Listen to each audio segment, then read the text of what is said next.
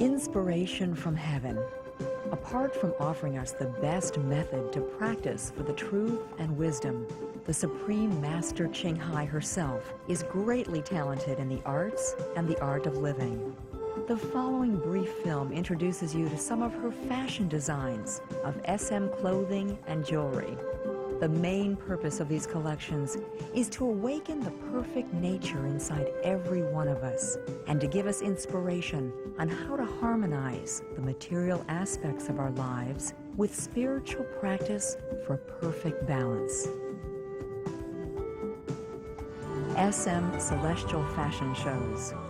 This series of fashion shows was presented from April to May of 1995 in the most renowned fashion cities of the world: New York, London, Paris, and Milan, and attracted great attention from the world fashion industry.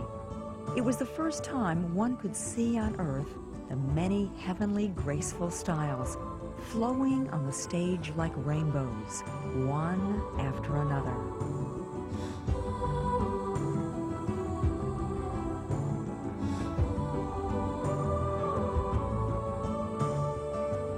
Celestial jewelry.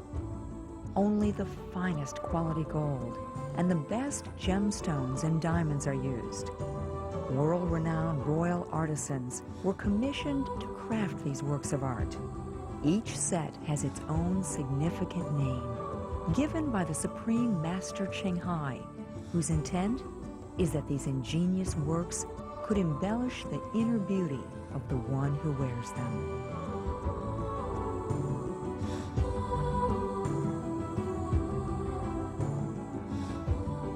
In addition, there are many other artistic creations, such as poetry, music, paintings, creative lamps, fans,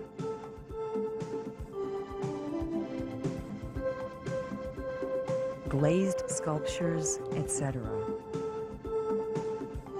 As for matters of the soul, to ensure a more serene and harmonious life, the Supreme Master Ching Hai has endowed us with a vast array of spiritual philosophy in the form of books, videos, and audio tapes, which are distributed to every corner of the world. Greet the Golden Age.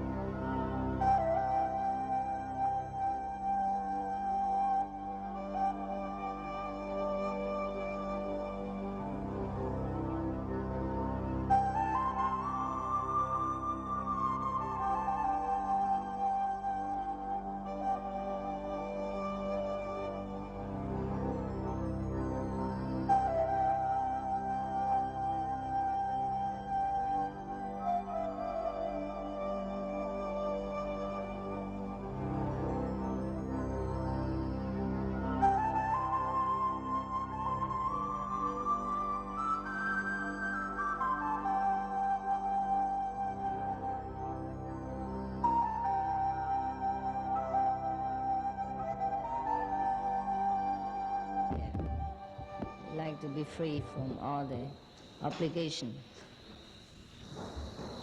But we have to go home sometimes, right? Even 1 month holidays is enough. 1 month a year. But you make more holidays than 1 month. Eh? Come every time, 1 week, 2 weeks, 3 weeks.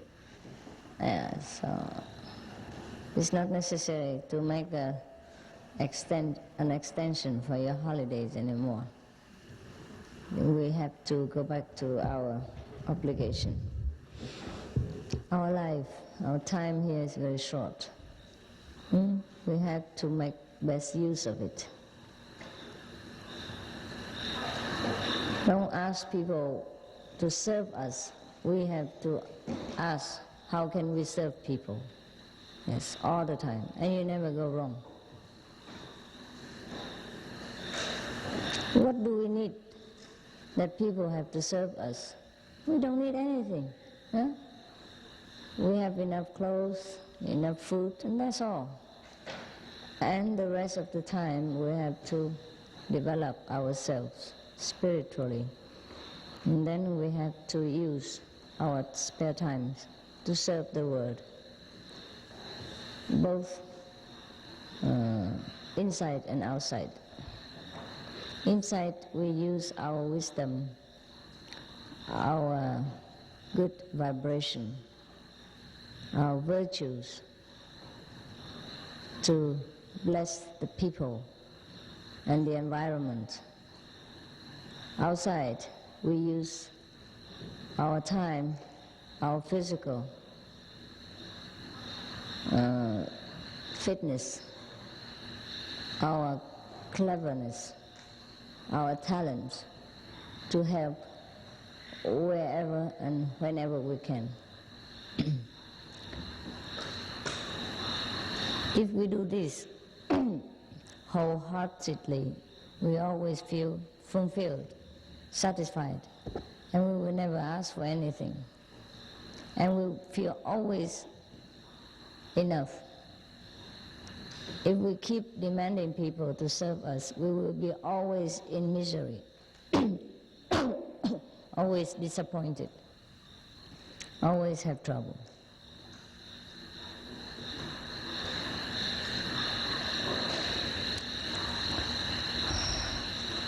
We provide for the people, and God will provide for us. That is the way of working in the universe. If everyone works like that, the system of the world will run very smoothly, and no one is ever lack of anything. But because we do not work this way, therefore the world is in such a state of wanting. Sooner or later, we will have to be the torch bearers. I mean, in spiritual field as well as in worldly achievements. We will have to be the forerunner, the leaders of the world, not in political movement, not in revolutionary reaction, but in shining examples of sacrifice, of love. That's how we rescue the world. That's how we lead the world into new age, into new spirit of serving and loving each other. Love thy neighbor must not be only an empty sentence, but it should be a very ordinary, day-to-day, basic, ordinary way of life. We have to love the neighbor until we do not know that we have even love, that we do things in love, just like we wash our hands, just like we feed ourselves. It's very normal, very ordinary, that no one even need to praise us. And if people praise us, we would feel a kind of strange. Why? Why should I be praised for washing my own hands or feeding my own mouth, for example? Yes, that's the that is the true way of love your neighbor. Until then, we just practice. We are just in apprenticeship of loving the neighbor, but we not truly have that love. We do not truly understand. Soon, many of you, most of you, or all of you, have to be the leaders of your environment, leading mankind into a new way of thinking, new way of living. We have to show a shining example of sacrifice and true love. So, regardless of all your small obstacles in your meditation practice or in your daily dealing with the world, regardless of your mood, of your frustration, of your personal emotion and anger, fear, sorrow, we have to move on with the greater ideal, with a better, a nobler goal. We have to keep this noble goal in mind and forget about the small thorns and the small pebbles and stones along the road. We have to wear big shoes, big boots, and walk on all the thorns.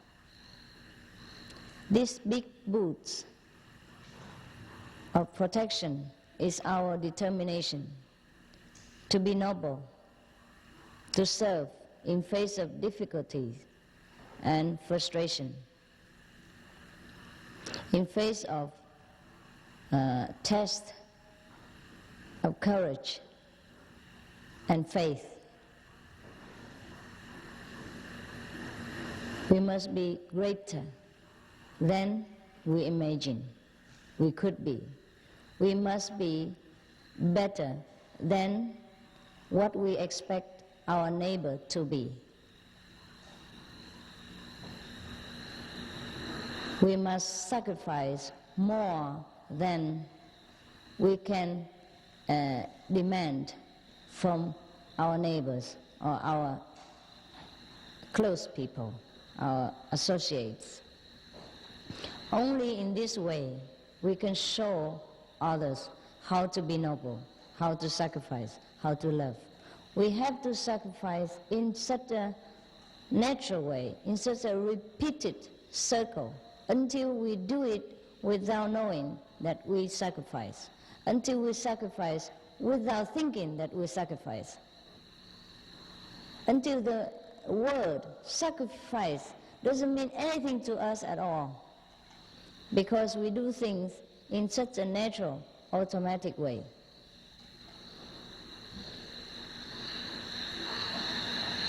Only in such a vision of the world can we become one of the leading planet in this universe. Only in such a vision that we do not need to go to nirvana. We should keep this vision in mind and make our world a paradise with positive energy and agreement between thousands, hundreds of thousands of us. We can make it. And it's not, I'm talking to you today in a dream or in such a leisurely vision, but we will do it. We will do it as much as our capacity allows, as much as our time on earth allows. As long as we live, we must dedicate our whole to the goodness, to the progress of mankind, of the whole world, of the whole universe. Our vision must be so large, larger than life, must be so noble that we have nothing else to lose. We fear nothing in such greatness of a vision. Every obstacle becomes so small. Every personal inconvenience becomes so meaningless in such a vision.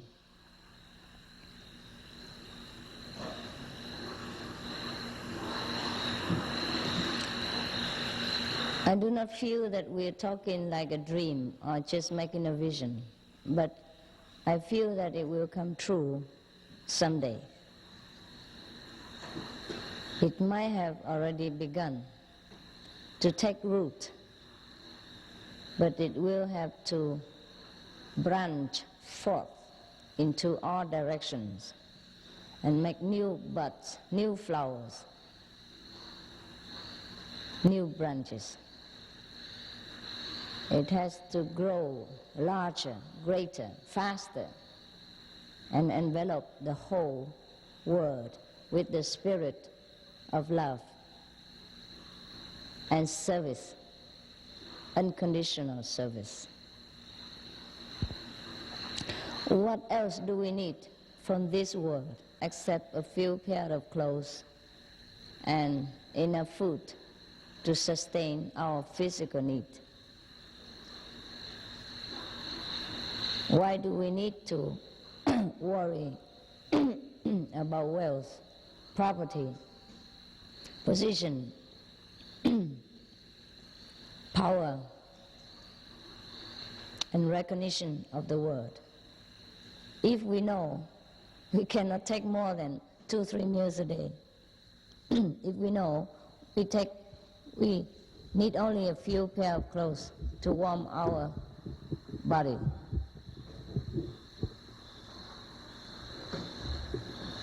we have no fear if we understand our need is very little. And should we shed this physical clothing, it's all right. It's all right. We will be given another if we need it. If we don't need it, then it's fine too. We don't come back, it's fine. As long as we live in this world, we must make our life meaningful. What else do we live for? We will die sooner or later. And if we look back from the other world to the past many decades of our life, and we see nothing meaningful, nothing glorious about our action, speech, and thought, then we will feel very burdened. That is how people have to come back to this world again. There is no one to sit in judgment except our own conscience. That is the only one from whom we could never run away. God might forgive us. The whole world might not know about our actions, but we know. We are the only one that we could not cheat, we could not tell lies to, we could not run away from. So whatever we do, make sure that is beneficial to us. When we benefit other people, we benefit ourselves. We see clearly with our eyes what we do and how people benefit from it, how the world progresses through our efforts. We know clearly. Our goal must be noble, must be high, must be mighty.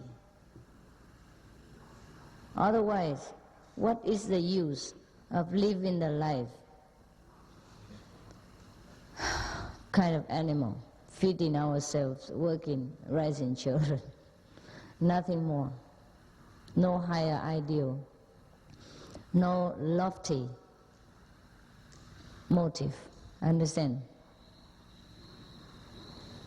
Why should we be just a very lowly, ordinary person when we possess such a mighty power, such a lofty idea, and we inherit so much noble doctrines from different masters who had graced our planet with their presence, with their wisdom, with their everlasting blessing. Why should we be just an ordinary, animated being instead of being a broader, a larger, a greater soul to benefit many other people and benefit our own conscience when we see, when we feel, when we know what we have done in life. As long as we breathe this air, we have done everything to benefit others. That is the way to benefit ourselves. That is the way to ennoble our soul and to grow, to become a Buddha. How else do you become a Buddha? How else can you expect a Buddha to be? A useless one. Even if we become a Buddha, we are so useless, we do nothing good, then what is the use? What is the use of the Buddha title? So we don't need for a Buddha title, but we need to know ourselves with our own conscience that we are worth it. It doesn't matter if the whole world calls us a Buddha, but we know ourselves that we are not worthy, that we don't try our best to help anyone. Our conscience knows it.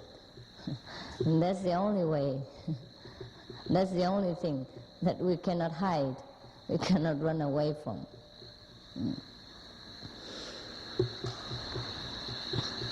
In order to do great things, we have to perfect the small things. Do not feel that great persons only take care of great things and do not mind about the details. In my own opinion, in my own observation, I know that great people are very, very, very attentive to minute details. That's how they become great.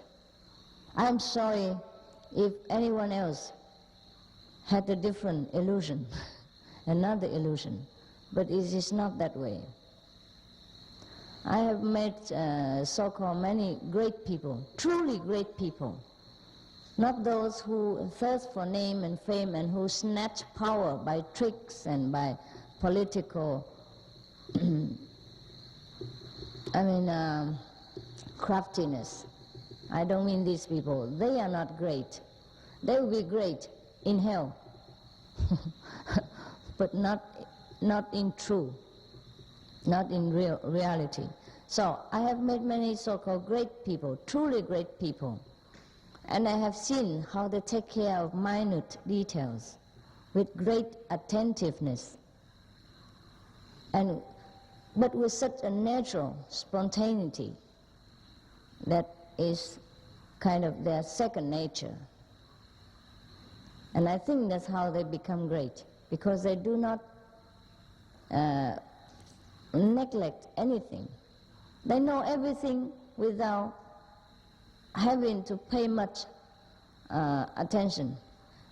You know, you understand what I mean? Even some ordinary people, when they want so much to pay attention to something, their so-called attention is so minimum that even they say they have paid the whole attention, it's not much. Therefore they neglect every corner, and that's how things are spoiled and not completed. I have seen many so-called great people. They're truly very humble in their way, and they truly take care of things in such a I say, joyful way, and very willingly to do things, to take care of other people, to take care of the task, and trust it to them at hand.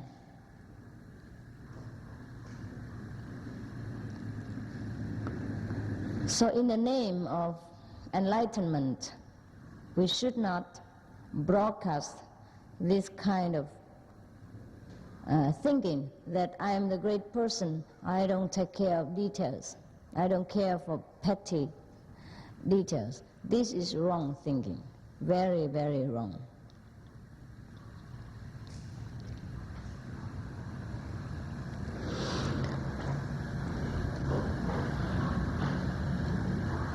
That's why it is said that the ordinary way is the way, is a great way. The ordinary mind is the Tao, is the path. If you are not ordinary enough, you cannot take care of details. If you think you're too great for this job or that job, then you are not great yet. You're too small still, too small to be mentioned. Therefore, we should not pay too much attention to our mood, to our frustration, and to our obstacles when we practice meditation or during our daily life.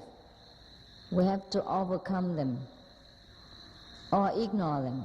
Whatever we can take care or we can smooth out, do it immediately. Whatever we cannot, forget them.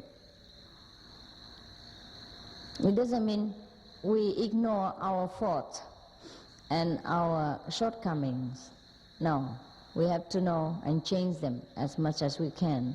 But we have to ignore all the obstacles that caused by the way while we are taking care of our business, or we meditate, or we execute some work, whether for the master, whether spiritually or mundane. We just have to do it. And whenever we do something, great or small, obstacles will arise. That we have to expect. But we must have a positive thinking that I will overcome it. Whatever come in my way, I will break it. I will kick it out of my way and I will go. Even though I might slow down for a few minutes, a few hours because of this obstacle, but that doesn't mean I will stop. I will just get rid of the obstacles and I will go further. We have to be determined this way. Otherwise, we will be blocked all the time, here and there. With every block we stop and we do not have any more energies.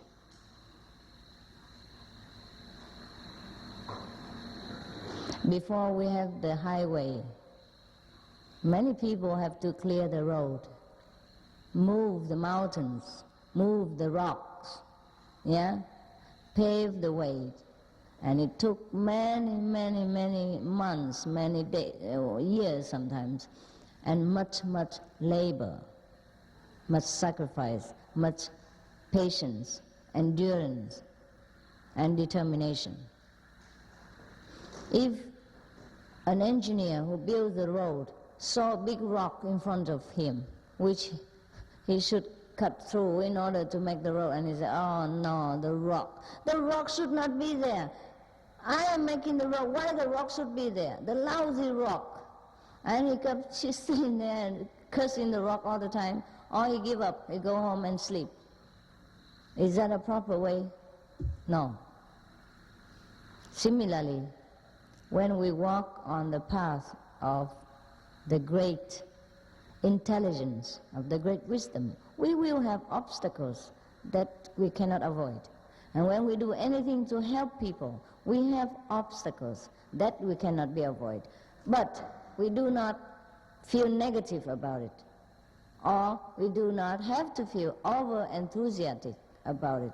We should be just practical, realistic, and take care of whatever problem comes.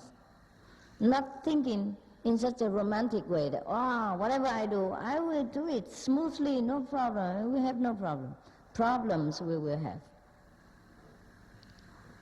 But we cannot let the problem trouble us. That's all.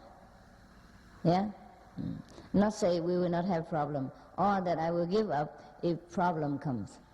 If we think I will have no problem, then when problems come, your frustration will grow three times the original size.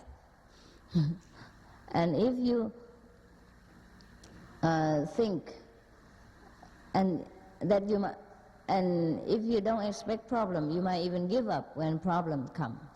So you better know the problem might arise, but we are determined to break it down and continue our road.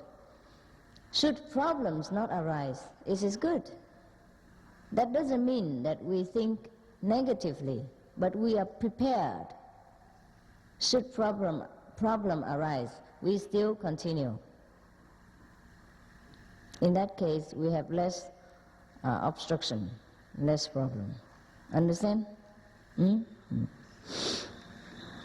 even when problems come, the problems become less of a problem because we already expect and we already feel ready to fight for it.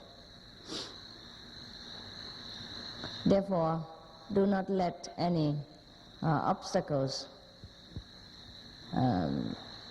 stop you from doing your work, from doing the work of the Master, from doing the work of your ideal, from doing the work to helping people of the world, helping the refugees, helping our fellow practitioners, helping the world. We have to overcome all of this. It is very difficult to do anything in this world because we do not have enough the perfect instrument like in other worlds. That's why when people come to this world to practice and to help with the development of spirituality, their merits multiply manifold, more than in a better environment.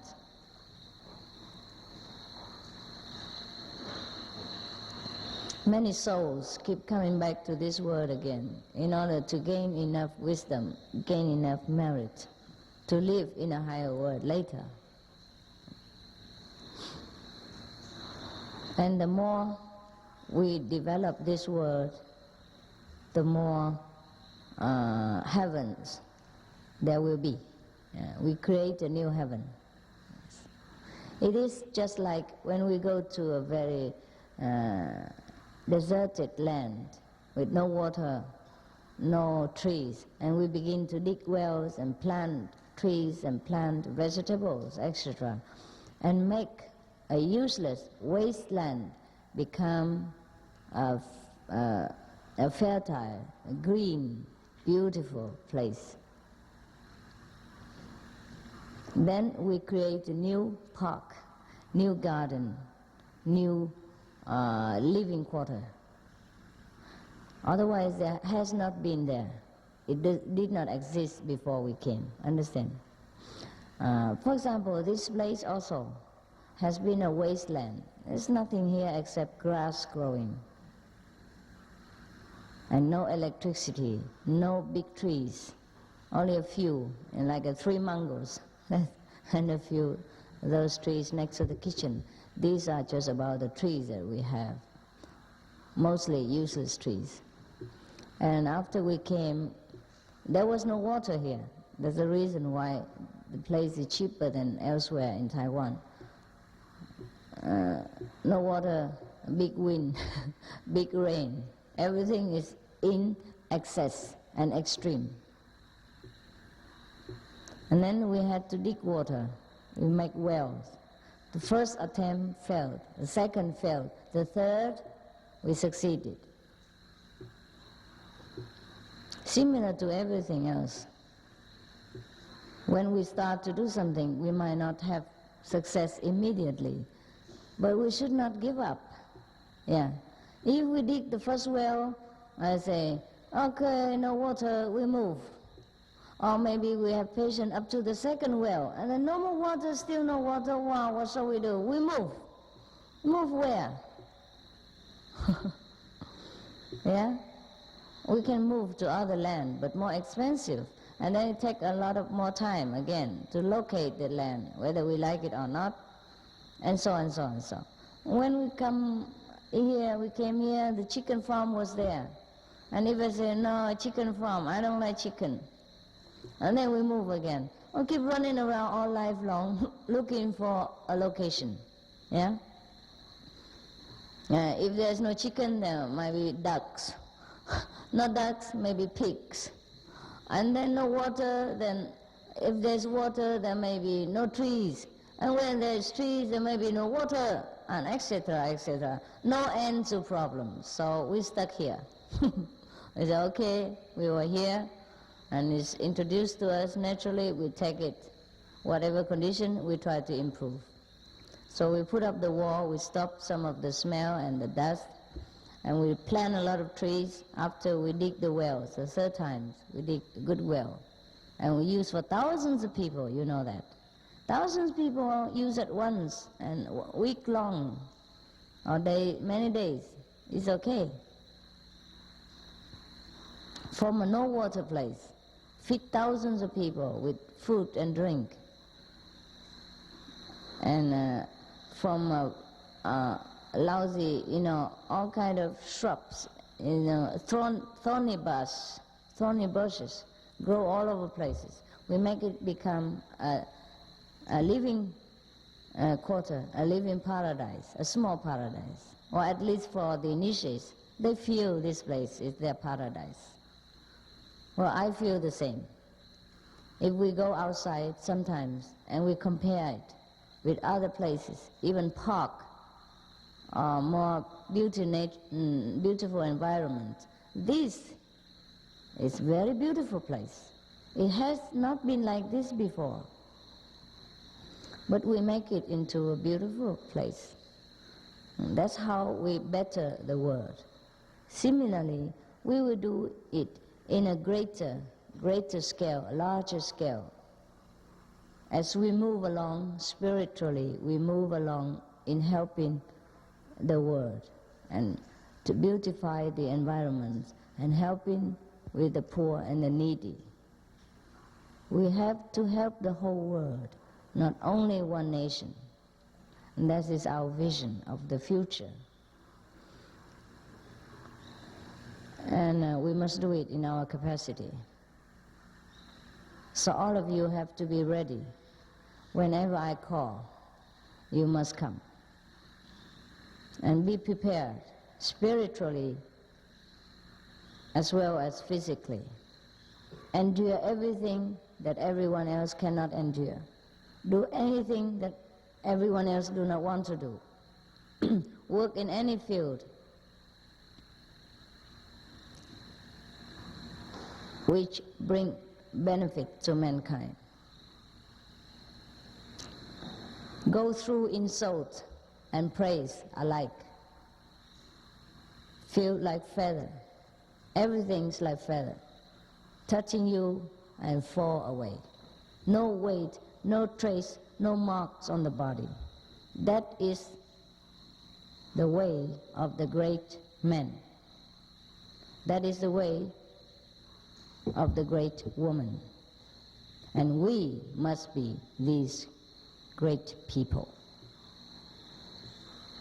If we want the world to be great, we must be great first. If we want the world people to be good, we must be good first. If we expect the world to be a paradise, we must live like paradise people on earth.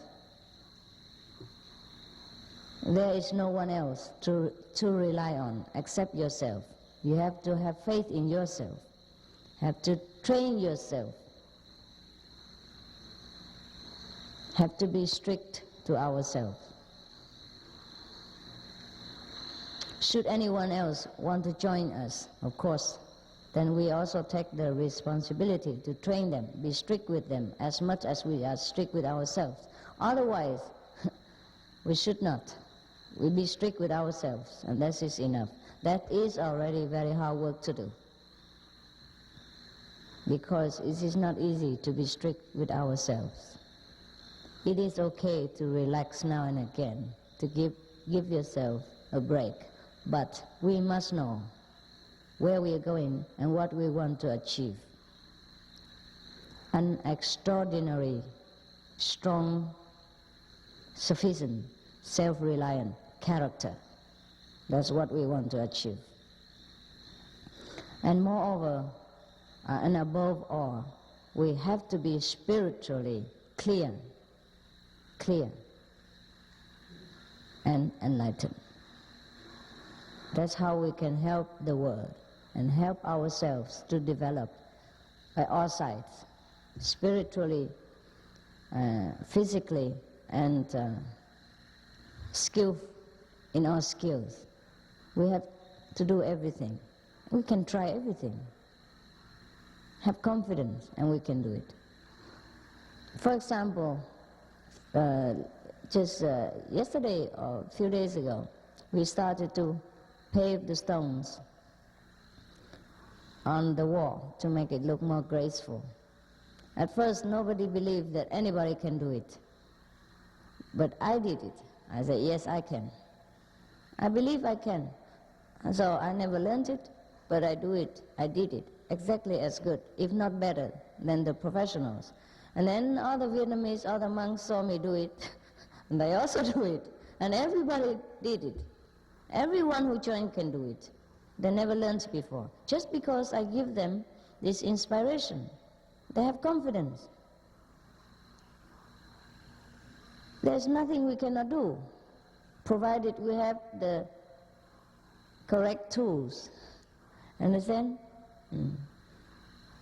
Have faith in yourself, have self-confidence, respect yourself, and make yourself become one of the noblest, the strongest, the best, the most worthy beings ever grace this earth. Otherwise, what else do you want yourself to be? A chicken? Huh? Or a dog? Yeah, dog is good. Yeah, we say, oh, that person is very good. Why master scold him? He's just as good as a dog. You understand? Sleeping, eating, never bother anybody, never raise his voice. But what for, that kind of good? Good like a dog or like a wolf, you know, or like what? Like a chicken. Yeah, run around, making noise. Never offend anybody. But what is the good of that person if he cannot do anything else except not to offend anybody? You understand the different degree of goodness? Yeah? Not just telling everybody, oh, he's very good, he's a very quiet person, he's very brave, he's behaved very well and things like that. What is the use of that kind of person? You understand? However good he appeared to be, what good? He is the one who can be good, called good, when he serves mankind, when he makes other people enlightened, more intelligent, more capable, more self-reliant, more self-respect. Understand? That is the person I call good. Doesn't matter which mean he used to enlighten, to lift up these persons who come to him. Understand? The person who is good is not the person who always looks so sweet and quiet and never raise the voice and never raise the eyebrows and never talk and never scold anybody. That is not the true meaning of good character. You understand what I mean? Good for nothing. That's what the English word say. He is good for nothing. Yeah, he is good. You cannot say he's a bad lousy person, but he's good for nothing. Understand this kind of good for nothing person. Yes. So do not label yourself as good when you do nothing, benefit others. When you have no intelligence, or use not your intelligence to make the world more lively, more beautiful, more loving, more livable. Do not dare call yourself a good person if you're good for nothing, like if you're good like a dog. Yeah, always waving the tails and make, yeah, and but the dog is better even in that case. He makes other people happy, he shows his love, and he's always ready for his owner. Whenever the master calls him, he immediately jumps up, even in his sleep. He's always ready for his master. In that case, the dog is even better than the person who is good for nothing, just idle away his life. And surely that person has to come back again. Since we have been in this world already, and we have owned much to this world, the food we eat, the clothes we wear, now of course everything comes from God, and God is the only person we should be grateful to. Nevertheless, God has used many instruments, and should these instruments become somehow damaged or out of order, we also have the obligation to repair, no? If not for our self-own use, then for the next person who use it. Because through our use, it doesn't matter intentionally or unintentionally, these instruments are worn out. Yeah? Our neighbors, our fellow beings are these instruments. They are worn out spiritually, physically, through serving the whole. Whether they serve it with the right intention or with the wrong intention, they serve. And we are also one of those who receive benefit from these instruments. So when the instruments go wrong or in suffering condition, we have to repair. That's the only logic, very logical way. So no need to say everything comes from God, and I need to worry about anything. I have no obligation. We do have.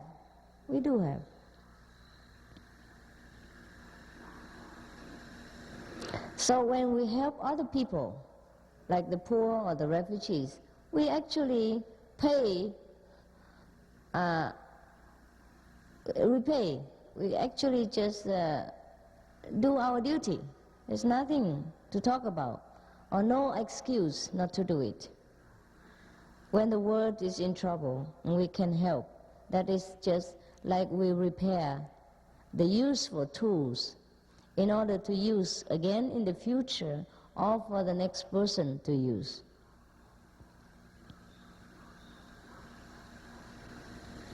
So in the name of meditational practice, in the name of wisdom, of seeking Buddhahood, please do not mislabel enlightenment for idleness, for laziness, for excuse to run away from your own lousy character, to cover up your shortcomings, and to idle away your precious human time. Okay, I hope you have gained some understanding during these few days that you stay with me or with the center. I have tried intentionally or unintentionally to show you by examples more than by talk. I am not a very talkative person ordinarily, so sometimes I tell you things in a very short way, and if you do not understand, it's just troublesome for me. I have to keep repeating, and that's what I do not like most. I do not pretend to tell you that I like everything, just like I don't like everything. Everything I like and nothing I dislike. I have dislikes and likes, but I endure both alike. There's no such things as a practitioner who reach a high level and for him everything is equal. No nonsense like that. How can it be equal? Huh? How can?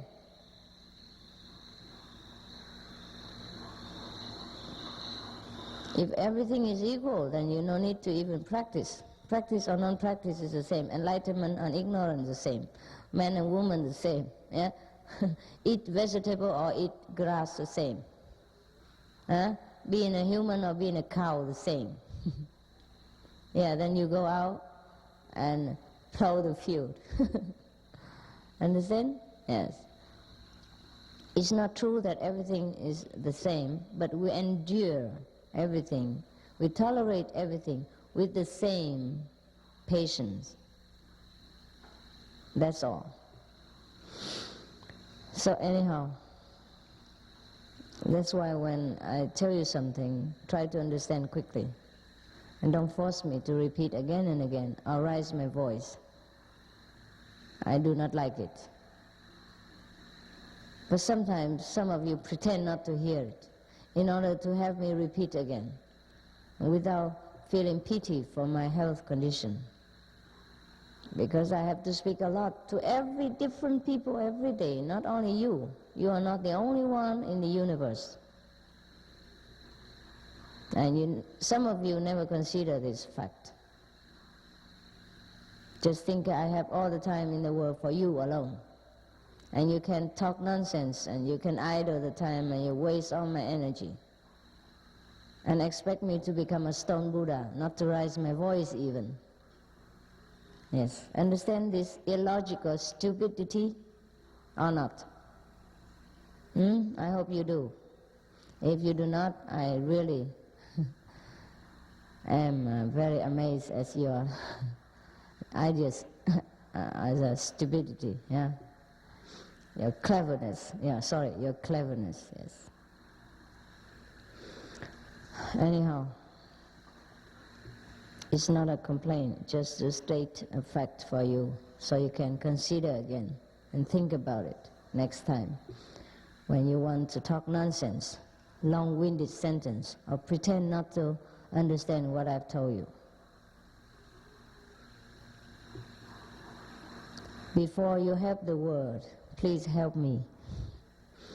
Help me to take care of my body for you. Help me to do your work fast, to serve people in a short, efficient, and less, running around manner, wasting time and energy. So, I am the person for you to practice your charity. Yeah, charity begins at home.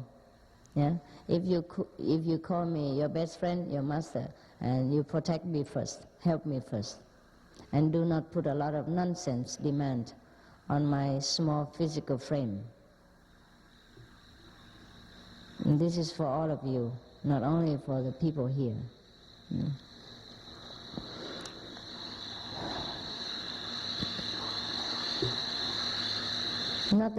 Not that you cannot make demand on me when necessary, just to save the nonsense, save the wasting time, save the pretension, and all that garbage. That's all. Understand?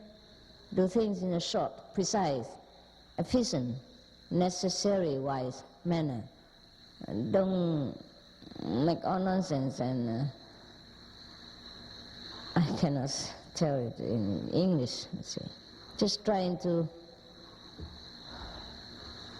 I would say, pass time, try to pass time. There are many other hobbies to pass time. Do not waste other people's energy in order to pass your time. If you have nothing else to do, go to meditate, go to sleep. Don't waste people's time and energy. That's also creating karma. Yeah. even though I have not spoken to you personally today, but I have to speak personally to some other people.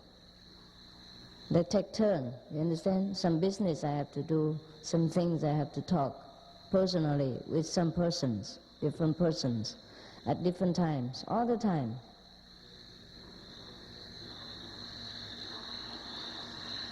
I cannot always be around with you or talk to each of you individually. Therefore, even though this is the first time you saw me today talking to you, but I'm already exhausted. I cannot tell you how exhausted I am. I can only know how I feel. My voice, even now, is difficult to come out. I use all my might to talk. I might feel better in a while later, but not now, understand?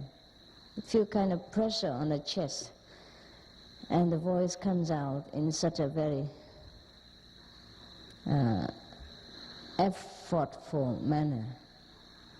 It's not for complaining, just to let you know the reality of things, the fact of my life, not the way you imagine. I don't live in glory. I don't live in luxury. I live for you, for other people, for the most needed persons. And these cost my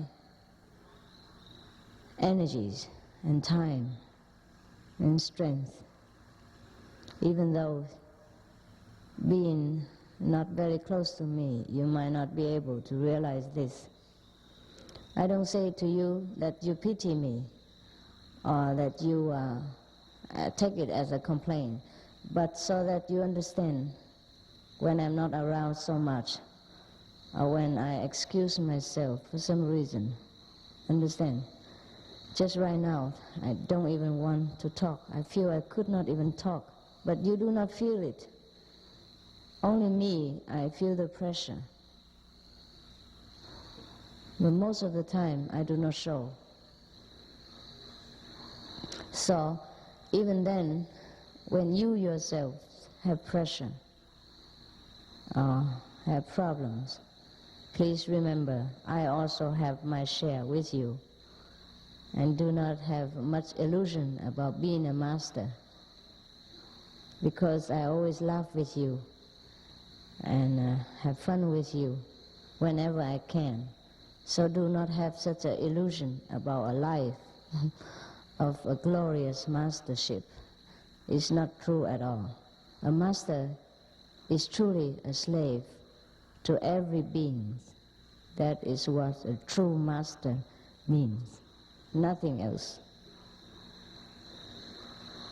Okay? I wish you a good night and see you tomorrow.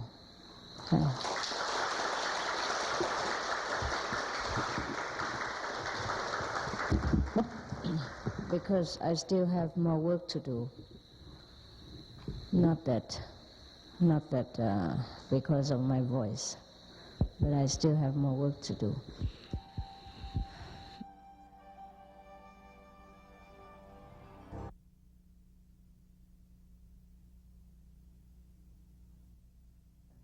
I don't know why they will allow this worshipping of the devils to go on, and even allow some of these people to be in the Congress. Understand? This is I don't know. This is not freedom of religions. It's blindness. It is giving in to the dark force. It should not be done. Everyone is free to believe in some good religious doctrines, but not to exercise the dark power and doing some evil deeds in the name of religion, in the name of religious freedom.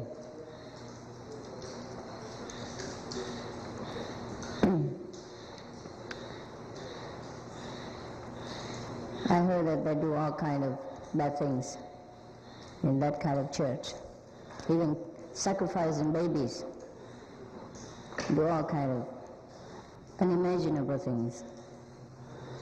Any one of you know about this? No?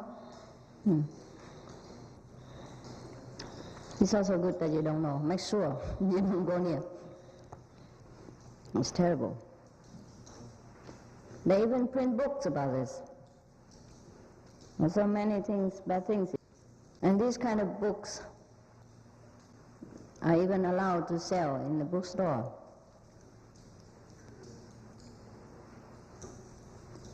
Why I know this? Because sometimes I go to the bookstores in order to see what people read and what do they preach over there.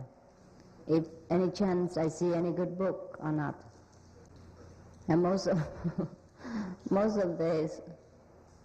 the book I see there are not up to my taste. And some of the books are about these kind of things, about the evil worshipping and black magics and the harmful consciousness, the harmful things that are being done to the people's consciousness. It's very difficult to get a human body. When we get a human body, that means we are already up in the evolutionary process. Yeah. We have progressed. And now, if we practice this kind of evil theory or doctrines or system, then we regress. We become lower, and next life we will never be born as human again. Maybe for many thousands, billions, trillions of years.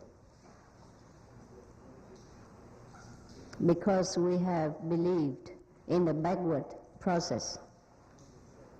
So we keep sliding down. If we are climbing up the mountain, then we go upper and upper. Once we decided to come down, then we're coming down and down and down. That is the harmful effect of believing in such a devilish system. You understand? The dark force, there are two forces in the universe. One is positive and white, the other is negative or dark. The negative is always struggling to fight with the positive in order to gain power. And in order to win, or at least to take over some part of the creation, they have to begin, you understand, to try to regress people's consciousness, to try to make people believe backward, and believing in them, following them, going down in the scale. And so, when we are down, we are under their spell, because we have no longer the higher consciousness to discriminate what is better for us. Understand? We're going down. We are far away from the upper level of consciousness. We are far away from our higher level friends. So we are alone. We are together with these low level beings. So of course, like attract likes, and we are together with these people. And we are forever there. Once we are with the dark force, it's very difficult to run away. Very difficult to climb up again. Not to talk about that, we don't even have the strength. We don't even have the desire to climb up. We don't even have the intention. And we don't even have the idea of having to go up. Understand? Until very, very, very long time, many ages or many thousands of years, many billions of years. And then we suddenly feel tired of this. Maybe then we think of climbing up. But then it also depends on our chance. If we have chance, if the dark force even let us go to climb up. Therefore it is very, very dangerous, very harmful once we make the downturn. Very difficult to gain back our foothold, our hold on a higher level of consciousness.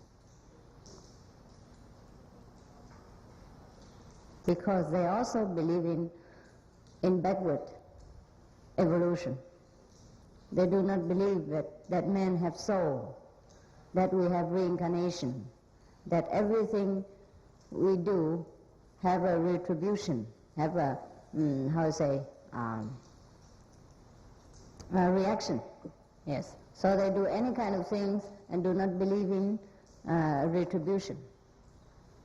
That is a very backward conception. And this is no good. Not because political viewpoint, but spiritual viewpoint. Spiritual viewpoint is even more important than political viewpoint. Because any kind of regime, you understand, if it's bad, and then later people can make a revolutionary and cut them down or bring the government down and replace a new government. But if a regime is successful in convincing people to believing in this kind of backward evolution, then it's very bad for whole human beings, because we're climbing downward, we're regressing downward. And it takes a long, long time for us to climb up to now, up to this level. And then we fall back like this. Take a long time. Many thousands of years.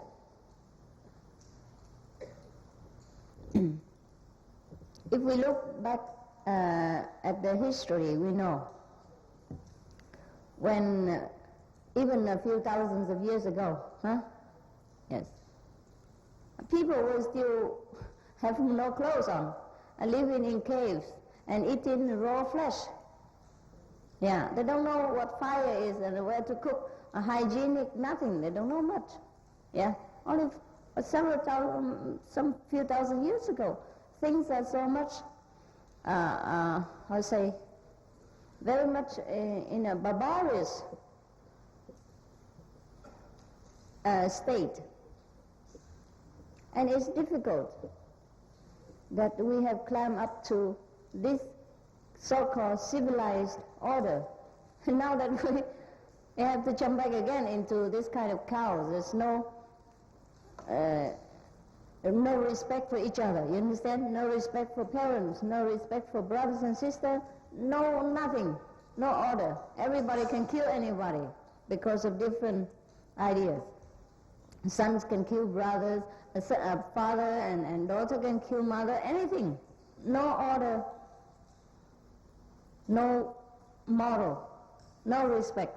So this is a kind of non-civilization, kind of non-civilized life, a kind of barbarous state of being that we have experienced many thousands of years ago. Understand? Now if we come back again to that state, what do you think? It's a lot of waste, because humanity as a whole cannot accept this, not for a long time. Maybe a handful of people accept it, but not the whole human beings. We have already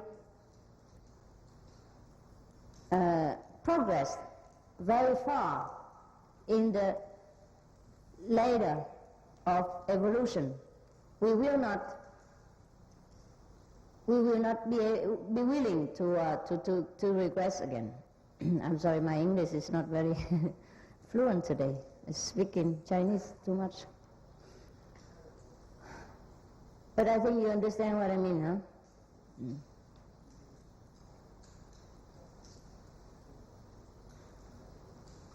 So it is not that we help the refugees or because they are pitiful, understand, or because they have nowhere to stay, because of human to human, but also because of spiritual campaign. Yeah, that the negative, the positive force has to win, have to make a balance in this world. If we let the negative power take over, then we're finished. We go back to the non-civilized state of life again, living like animals. Understand? Do not recognize who is our father, who is our mother, who is our beloved, and who is enemies. Everybody equal.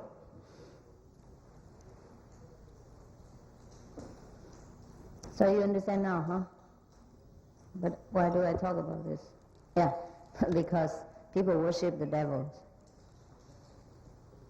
They do that. They even make a film about it. I have seen long time ago. Accidentally. Sometimes they put movies in the airplane, you know. Or somewhere, I don't remember. Oh yeah, I've seen this in Germany.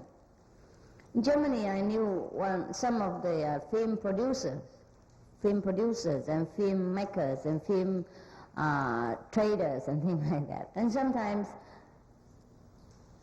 my friends, you know, some of the friends. And sometimes they take me to some of the premiere of these films. And so I accidentally saw some of these films which describe the devil worshipping ceremony, all kind of chaos there. But I just remember a little bit, very little about this. Because they were not cautious enough. They have not done all their best to prevent this downfall. They have allowed their consciousness to be taken over by this kind of dark force and this kind of low level of consciousness. They have to be awakened. They have to realize the danger, and they have to climb up again. So-called one of the top, most powerful country in this world. And even then,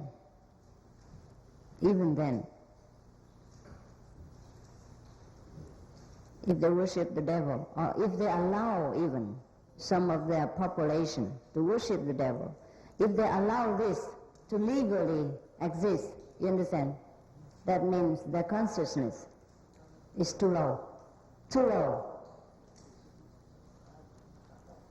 Because oil and water cannot mix. If it is mixed, it is not oil, or it is not water. You understand? Therefore, if the high consciousness people see any trace, any signal of the lower level, then they immediately understand. Understand? And they will not accept it. They will not allow it to exist in their system. But if the people somehow, or the government somehow allow this to happen, to legalize this devil worshipping, then we can see that the golden days is going to be lessened, going to be finished. Maybe they have not been careful enough, or maybe they have not considered, or maybe they have just thinking it's okay. If they think it's okay, that means the level is very low. If they have not been careful enough, then there may be the chance that they will wake up again.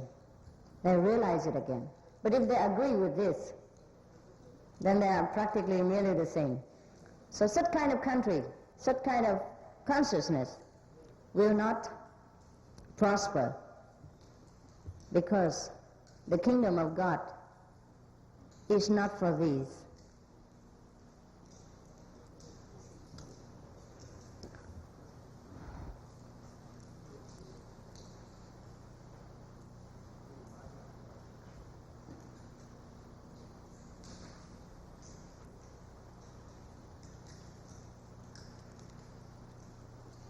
In the Bible it is said, "Blessed are the pure in the heart, for they shall see God." If these devils worshippers can also see God, then the Bible is telling lie. Understand? If they are allowed to sacrifice babies and to to destroy the sacredness of marriage and all that kind of moral values in the society, and they are allowed to exist in the kingdom of God as well, then God is no more. Understand? God and devil is the same. So why should we bother to strive to be good? Understand what I mean?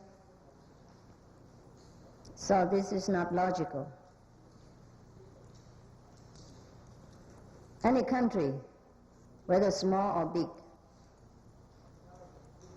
if they allow their citizens, they allow themselves to worship anything that below God, below goodness, below the moral standard of human beings, they already regress into animal state.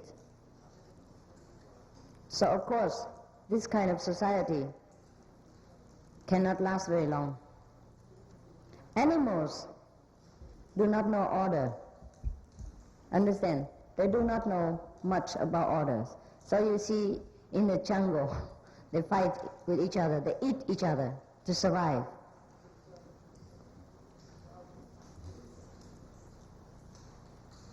So if we human beings regress into this state, then we are only wearing human being flesh like clothing, but inside we are animal.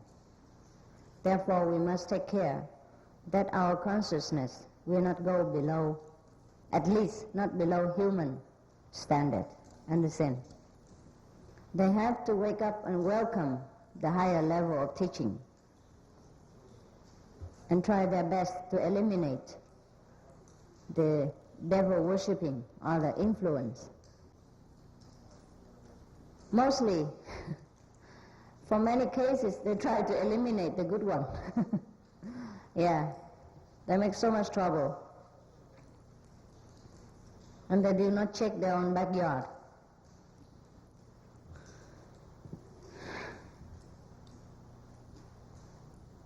When we first went for a lecture the first time, we had so much trouble with visas. Not I, because I don't have problem, but the Taiwanese people, or the monks and nuns. Most of them cannot follow me. Oh, none of them can follow. Only one, maybe one, not even one. Huh? 是不是这样子啊?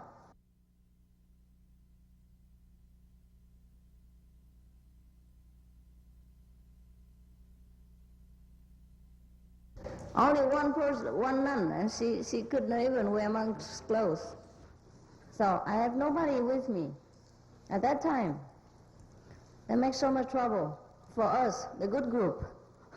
And they make so much convenience for these devil worshippers, the bad group. You understand? They allow all this devil worshipping to happen in their own country, and even allow some of them to become congressmen who decide the future. Yeah, let the devil decide for you. Then you go to the devil. Of course, accept them people, they awaken and realize what they have done. And have to fight for their own consciousness. Otherwise, one by one, they will pour down. One by one, they will go down the scale, down the hill. And then one leads another, influence each other. We cannot rely on material power or military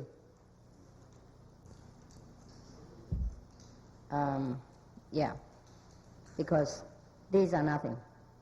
Once, if God wants to destroy, even the whole army is gone too.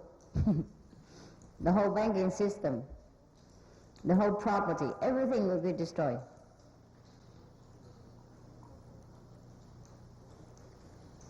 We have seen many, we have read, we have proof of many civilizations which have been buried under the ground due to the tendency of following negative paths.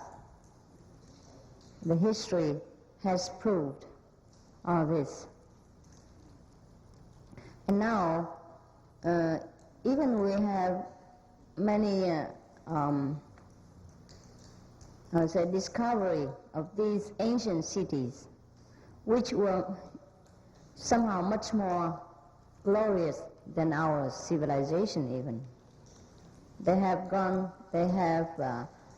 progressed up to the very top level of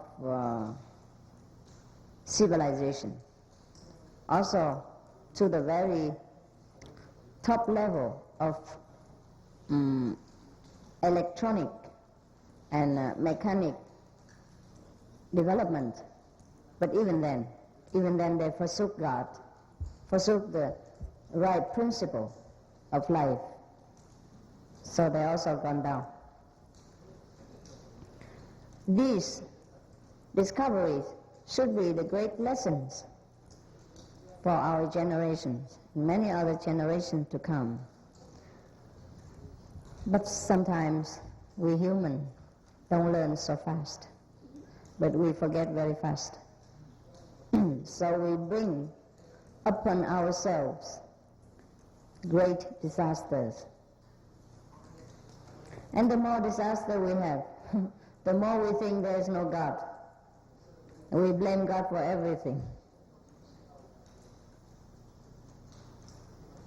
It is us, ourselves, who should be blamed.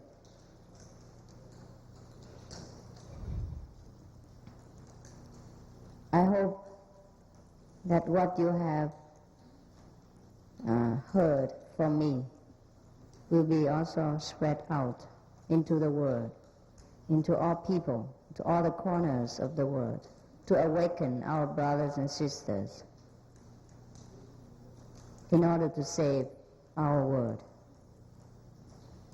Because it is also a very beautiful planet.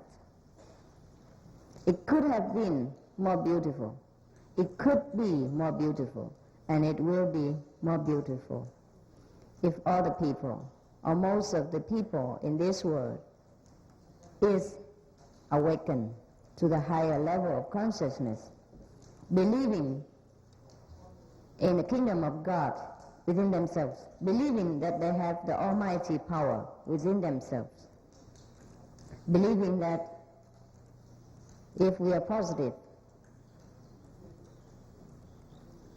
if we respect beauty, truth, and morality, our world will become better and better and become a paradise. And we no need to immigrate to any other planet, but we can stay here and enjoy the harvest of our spiritual practice, of our discipline. Many other planets have evolved, have progressed so far. Only we, this planet, is trying to go backward. Therefore, we are kind of left alone in the universal civilization, in the universal evolution. So up to now, we are still here, crawling around on the earth, and don't know much about a higher civilization, a higher electronic development, much higher frequencies, higher way of life. Mostly we know how to eat, how to sleep, how to gossip, how to fight, how to make war.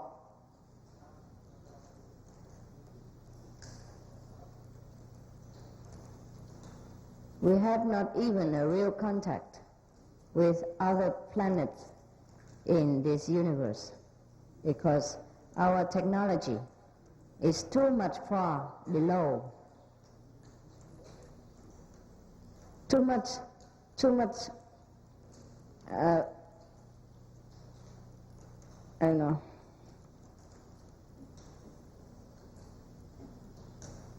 backward, you understand? And we are still so barbarous in nature. that other planet people dare not approach us openly even, for fear of being harmed by us.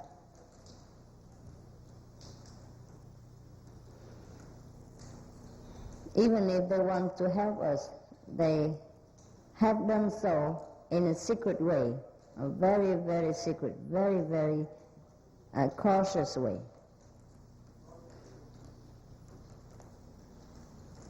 If other planets want to harm us, it's very easy. Very easy. They would have done so long ago.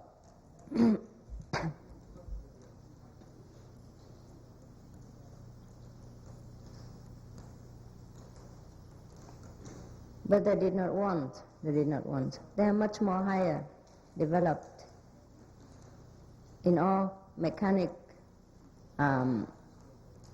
invention and all electronic invention. For example, you hear about UFOs. These truly exist. They are much faster than any of our flying objects at the moment.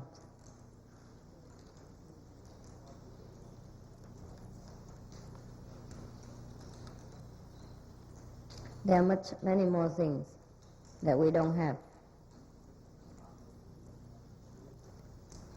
And should we dream of having a war with another planet, we will be destroyed in 1 second.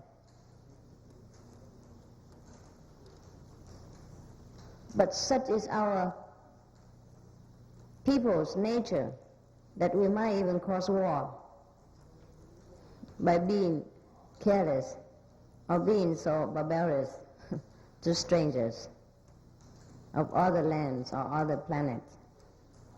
If we carry on with our unpeaceful manner, with our war-loving attitude, then we might even cause the damage and the total destroy of our planet. If we dare attack those neighboring galaxies or the so-called extraterrestrial people, because they have much more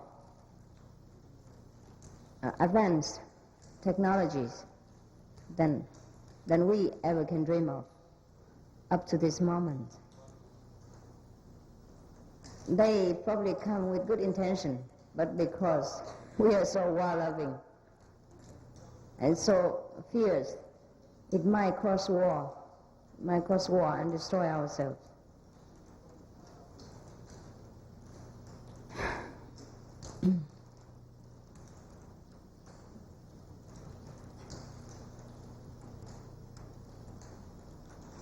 It's very difficult to live in this world and to maintain a peaceful spirit, because around us there's so much pressure, so much violence, and so much bad influence, and so much injustice. Sometimes it's difficult for us to keep balance, to keep our peaceful manner and spirit. The only hope for us is that we have to practice the inner peace by meditating every day, by trying to remember God, by trying to awaken our own almighty loving power within ourselves. That is the purpose of practicing Kuan Yin method. At least 1 hour of listening to the sound every day will put our mind under balance, in a restful mood, so we will be able to control our temper, to master our inner spirit. You understand? Otherwise, there's no cure in this world for us, no other way we can keep peace within this violent, turbulent world. It is difficult. Especially if we are in a position that we have to deal with so many people of different temperament, of different backgrounds, and we are in a position of responsibility, then it's more difficult. Therefore, we must try our best to meditate, to save ourselves, to be in balance. And that's how we save the world. Because if each of us in this world remain peaceful and loving, then the world will be peaceful and loving. At least if the great majority of people in this world have such a peaceful and loving attitude, then the world is not in danger. And we will be able, the majority, or at least the group of people that is loving, balanced, we influence the neighbors. We make the rest, or other people, peaceful and loving. That's how we make peace in this world. That's how we stop the war.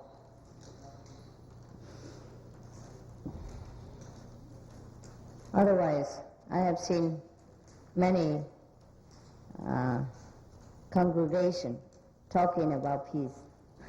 But they talk about peace in this country, and the next moment another country breaks out in war. And this one has finished, and the next one. Always the world never stops. You see? Our world has never enjoyed one peaceful moment together. Always somewhere there is war.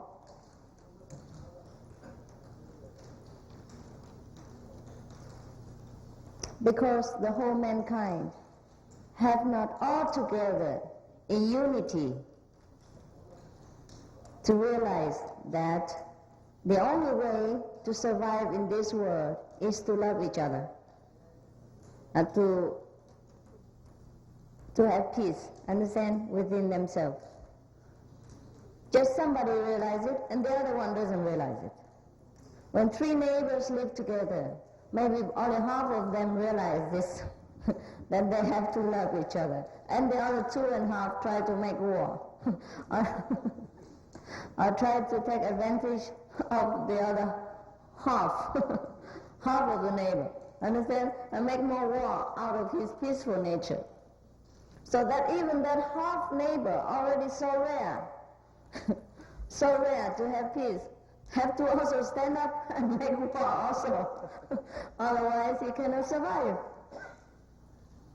Therefore everybody is at war with each other, so no solution.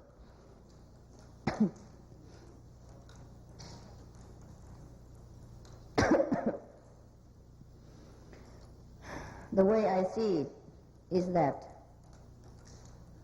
people of this world is so much lower in consciousness, so much lower than I expect, much lower than I think. And sometimes it's also difficult for me to live in this world. Sometimes I want to quit. I do not think I always like it or I always can bear it. No, sometimes I cannot bear it, not even 1 second. I want to quit.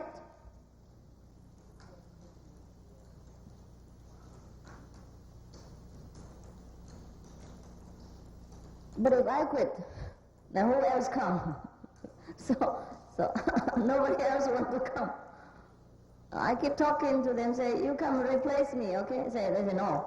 No. At least you wait until your time is over. And nobody wants this post. Everybody wants to become a president, but nobody wants to become master.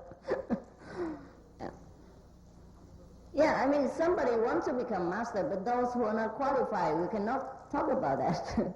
You know, I talk about those who are qualified to be master. They don't want to be. Nobody runs for this post. You know how much money they spend, how much time, and how much trouble they go into in order to be a president or a congressman. So much money and so much time and so much talk. Sometimes their voice become hoarse and no more because they fight for campaign. Because of the campaign, all the money is gone. And they're fighting with each other, scolding each other, cursing each other, lose all the dignity. Just because of political campaign. And nobody run for this post to be a master. Yeah, it's supposed to be the most glorious, yeah, most powerful, even more than president and king. How come nobody run for it? I don't know.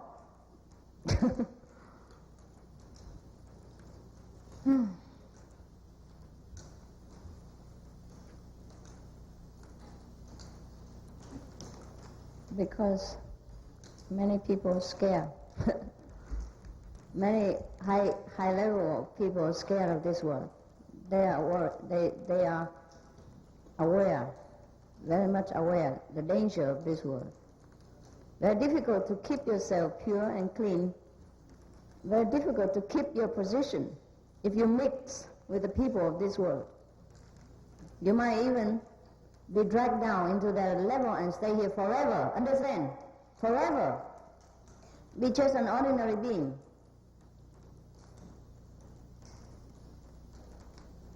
Because once you get in there, in this world, it is different than when you are up in the heaven. Power is different. The freedom of movement is different.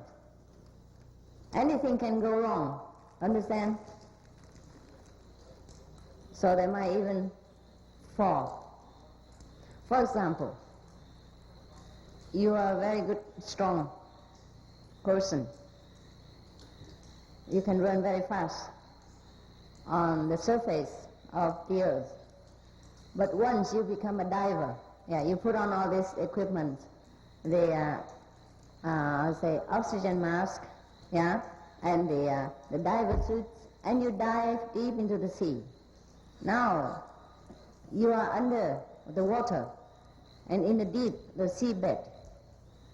You might encounter a problem. You understand? You are within the fish. You look like the fish. You swim like the fish. And every other fish look like you. They think you are a fish. Yeah, they might come and attack you, want to swallow you up because you are a small fish. Compared to other fish, you are small. Like the sharks or the killer whales, yeah?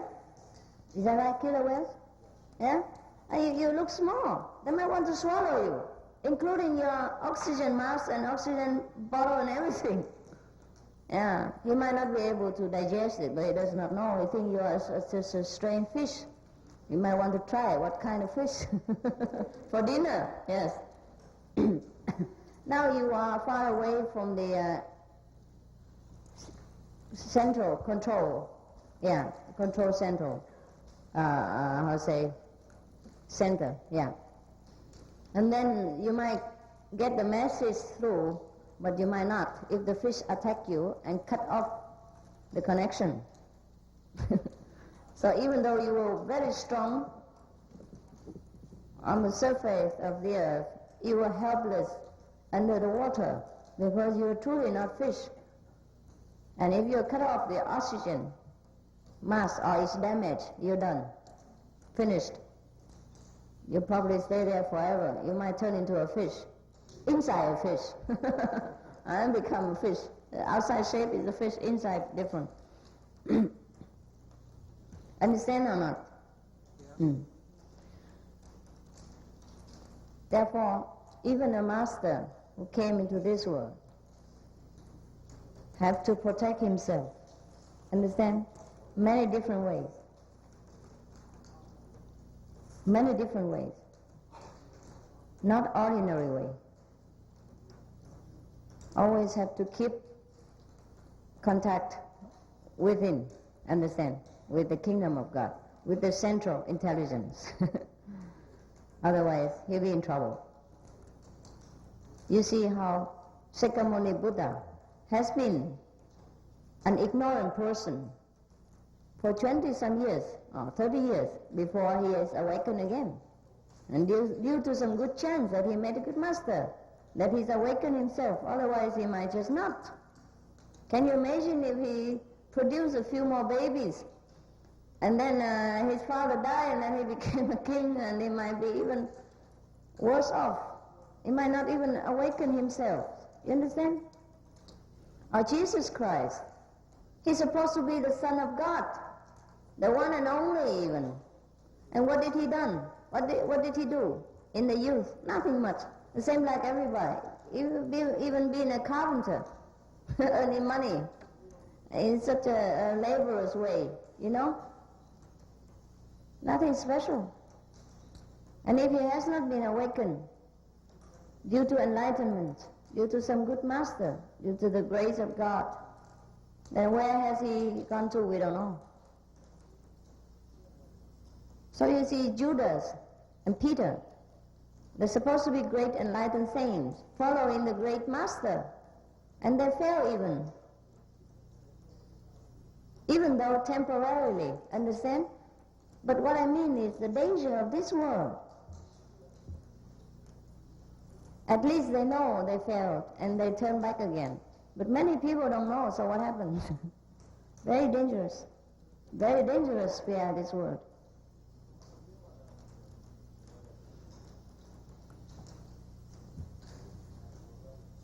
Sometimes the saints came into this world of the very high order.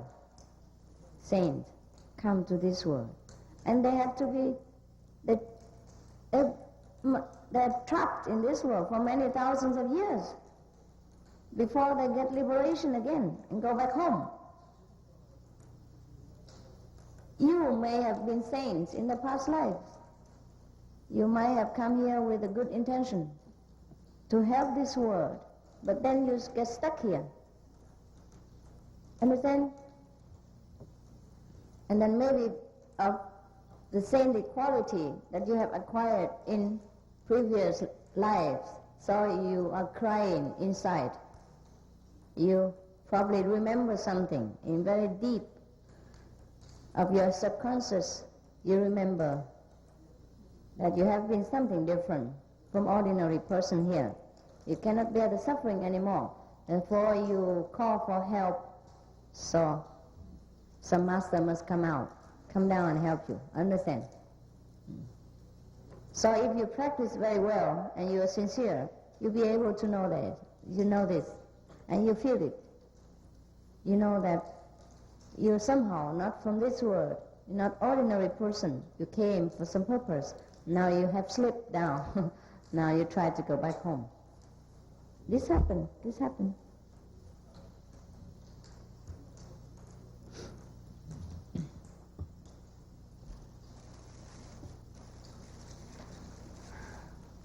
But since now you already have the life-saving string, so you try to hold on to it, and you'll be in no more danger.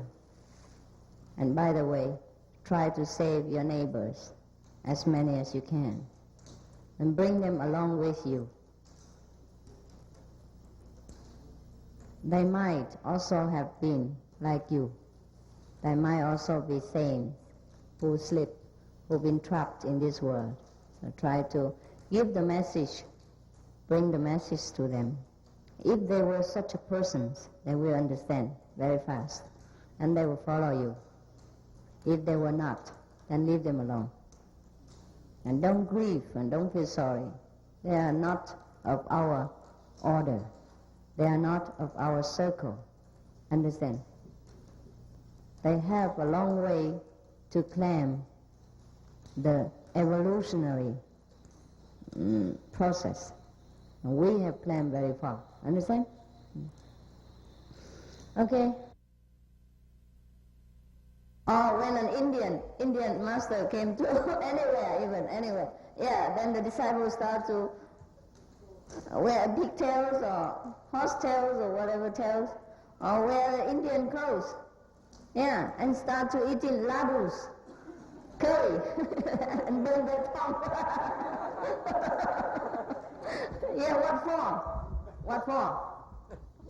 Yeah, this is not necessary to follow the master country's custom. It is necessary and important to follow the master's teaching and principle in order to evolve and become a higher being.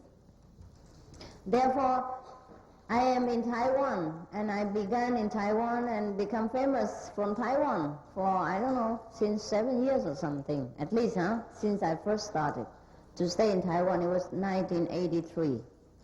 Of course, I have not begun so early, just a very little bit. I officially began since 1980, 80 something.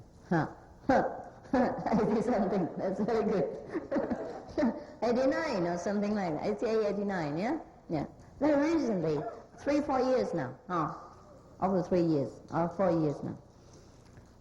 But I have only first introduced Vietnamese food last week. One time. Yes. And I only introduced Vietnamese clothes last year. Yeah. Only in my birthday, only once. I have never imposed the Vietnamese tradition, customs, habits, food, literature on any of my disciples. Doesn't matter which country. And in order to break the image of a Vietnamese master, that a master even has a nationality, I wear all kind of clothes just to fool you, to confuse you. Yeah, make you break any kind of conception. You understand? That a master has to be like this, to wear like that, to wear anything. He don't even need to wear anything. He still be a master.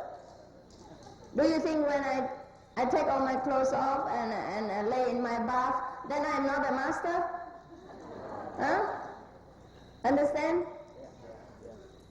Or if somehow all the razors in this world are out of stock, I can never be able to shave my head, you think I am no longer master? I still be master. Understand? Like a doctor is always a doctor. He cannot lose his doctor quality just because he wear jeans or he wear Chinese clothes. Understand? Or an American, if he wear Chinese clothes, he cannot become Chinese. His nose stick out. And his eyes will speak for himself. Understand? So these are nonsense. These are very limited conceptions of ignorance. We should not bother about that. Yeah? So let those of lower level of consciousness drop out. And we're more relaxed. And we can joke and we can talk about higher things among ourselves. Let's not force those elementary students into college just because we want a big crowd. Therefore, if we follow any master, follow his teaching, follow the teaching of the master. If it's higher, if it's good for our evolution, we accept it. If it's somehow regress our spiritual status, then we must reject it. Doesn't matter how famous that master is, doesn't matter how good looking, doesn't matter how good the master talks. You understand? Eloquence doesn't mean anything. And the great congregation of followers doesn't mean anything. We have to follow the principle which enable us to progress, to evolve into a higher being. That is better for us. That is more lasting. Otherwise, we will be trapped into materialism again, and we do not realize it. If we attach to a master clothes, or the master's outlook, or the master large or small group of followers, then we are trapped again into lower consciousness. Understand? That we are attached, that we just, I would say, worship the appearance, the material substance, and not the spiritual essence. Understand? If I have promised you immediate enlightenment and only one life practice for liberation, then you have to follow the highest teaching. Otherwise, this is not possible. How? How would it be possible that you have practiced only one life and you get liberation? How about life after life, billions of lives, the karma, and all kind of misconceptions that you carry within your head? If I don't break it all into pieces, how can you get liberated? Understand? So, do not wonder that my teaching are different from other masters. And do not put any suspicion. Understand? We have to be different. If we want it fast, we have to undergo pain. We have to accept the forceful way that the master wants to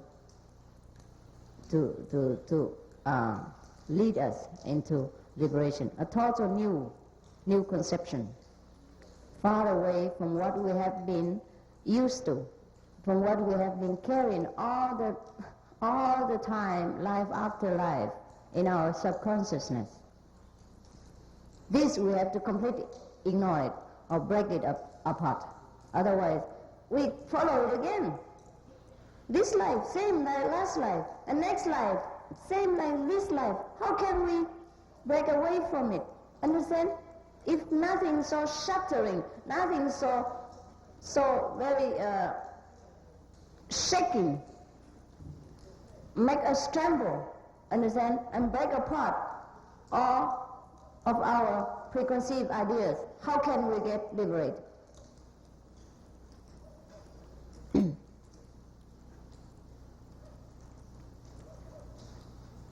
Some of our disciples in Indonesia have told our monk, a representative over there, that, oh, we like master so much, but we're so scared because our previous master never scolded us. The master scolded. We're so scared of her. So, you know what that master did? Who never scolded the disciples? That master has a lot of so-called magical power, can see into the past, the future, and blah, blah, blah. And he always talks about how good he is, how great he is, how much he knows, and how much miracles he has, etc. One day, one of his disciples came to ask him something, that he wanted to oppose the government. That disciple opposed the Indonesian government for something, for the right of the Chinese overseas over there. And he came to ask the master at that day that he had to go to face the government, whether it's okay to go. And that so-called master said, okay, no problem. Full protection. And you know what? That disciple was caught and put into prison the same very day. Yeah, for 7 years. Yeah, he never need to scold disciple. The government will. The keeper of the prison will. The master don't need to. That's very good. You understand? He guaranteed that the disciple will have no problem. Just go ahead with it. Yeah, and the same very day he was put into jail, that disciple. And he kept cursing his so-called master for 7 years until he came out. And every other disciple also left him.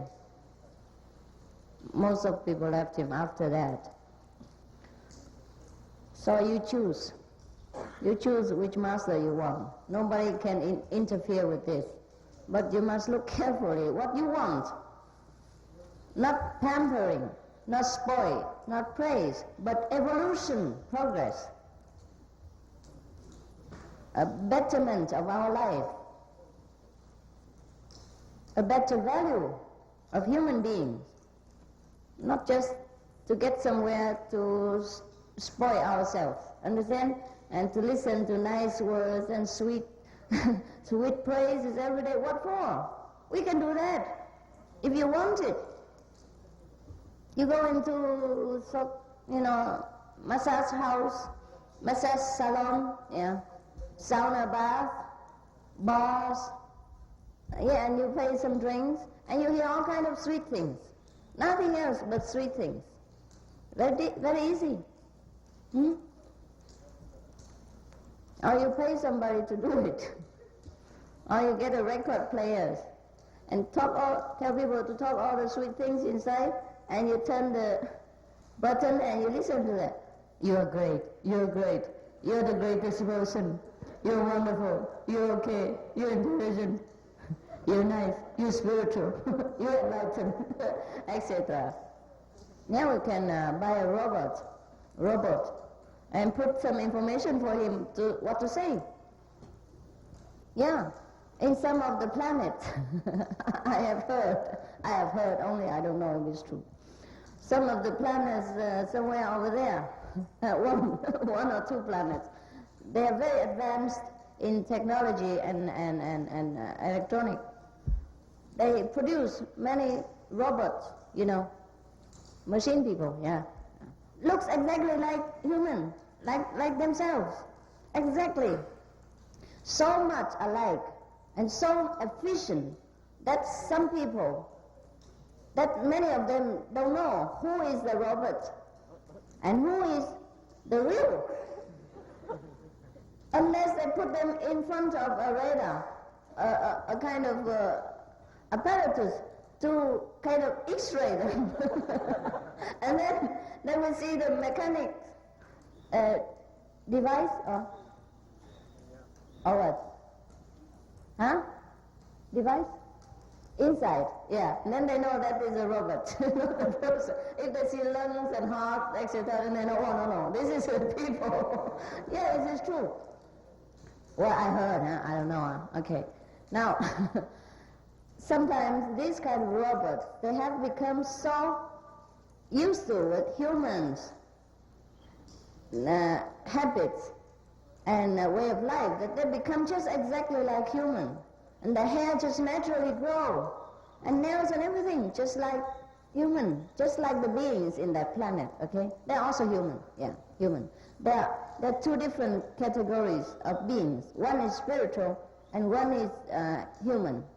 Human beings are those are like us, having physical body like us. And the spiritual beings are those who live also in other planets, but we cannot call that humans because they don't have a body like us, even though they're also beings, but they are higher. They're spiritual beings. Or some are astral beings. Spiritual beings are those we call in a higher level. Astral beings are in a lower level. So now these human beings, they create other robots just look like themselves, and then they use them. And some of them, many of them prefer to talk to robots, to live with robots, than to live with men, to live with their own being, their own fellow men. So much that the society of that planet become a kind of disorder, And then the robots make a kind of revolutionary. They went on strike. They want more rights, more freedom, and above all, they want emotion. They say, look, we like you, give us emotion. We want emotion. But emotion is what they cannot create yet. So they were going to make a kind of revolution, and they want to cause trouble for these beings in that planet. So much that one day they were so scared that they had to trick them. They gathered them all together in a temple, and then screen them all out, to see who has the mechanic device, inside. Then they trick them, say, you just stand around. We'll give you emotion in a minute.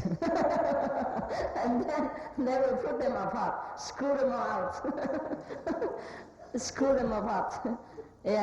They use a screwdriver and break them apart, put all the apparatus apart, so no more robots. Otherwise the planet would become chaotic, because they have created so many robots that the population of people even less than the robots themselves, because they prefer. Many people cannot get along with their own fellow beings. They prefer to get along with robots, because robots will not react to you. Understand? They will not say, they will just do what they want, understand? And can talk nicely, and it's different from human beings, you know. There's no emotional upheavals and reaction. So some people prefer the robots that nearly put their planet into danger. So luckily they screw them all away, apart, take them apart. Because they're all put together by screws and things like that. So they take them out, put them apart. So no more. But then they have missed a lot of service from the robots also. Because in that society there's no slaves, no subservience, except machines and robots. But they have become so machinized that also the society has become devoid of feelings, of naturalness, before they had turned around and changed on time. Otherwise, probably the planet is no more. Probably the robots will kill all the people and rule the planet, and we will have a new planet, robot planet. And then if our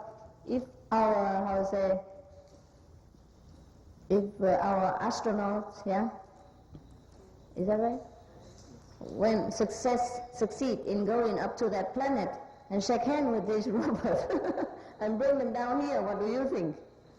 What do you think? We will not know, because we don't have the sensitive apparatus in order to screen them. I think the screening system of the United Nations using to screen the Vietnamese refugees are not good enough to screen these robots. And then they will mix with us and we will mistake them for human beings or for extraterrestrials. Many of the so-called extraterrestrials that we have caught or seen from the UFOs are not human. They are only electronic people. Looks like human, but they're not. They are just sent down to operate the UFOs and to get some information for the beings over there. Many of them are scared to come here. They send the robot. If the robot get killed, no problem. They make new one. But the real beings seldom come down. Understand? Yeah, they do come sometimes, but not all of them. Those who look very funny and inhuman looking, these are robots, and not truly the beings from other planets. Anyhow, soon we will know when they do come. Some of them look beautiful, more beautiful than us, very intelligent, very bright. Okay, I'll tell you some fairy tales before you sleep. Just like children before sleeping time to listen to fairy story. So I play the mother today.